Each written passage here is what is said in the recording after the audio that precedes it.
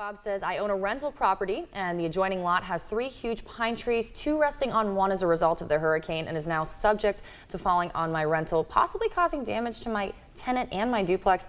What recourse do I have? I talked to the owner and he didn't seem concerned. Now that's a question. We actually got this last week too. That, you know, Kelly, that's a question that unfortunately I think a lot of people are going to be dealing with. I had property, or my house was damaged by a tree that was not on my property technically, and so I'm going to have to go through the process of trying to get reimbursement for that. The first thing you need to do, Bob, is number one, there's a requirement in Florida that you mitigate your damages, and so if you expect there to be some issue with your property that might cause damage, you're going to be charged with the responsibility to go out and try to at least do something about it. Take some reasonable steps to get those hazards off your property or from damaging your property.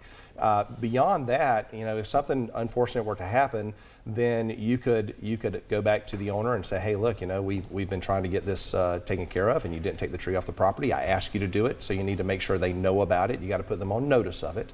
But if they don't take care of it, then chances are you might have a pretty good claim against them. But you should also make sure you inform your insurance company about it as well, because the insurance company may very well want to come in and have somebody go in and take those trees out for you, because your house is really something they're responsible for as well when you buy that insurance policy. So self-help is always an option in that situation when you have a potential hazard.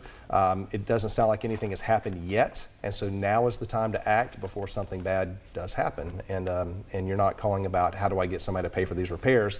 You've incurred a little bit of a cost right now in order to ward off a much bigger expense later on.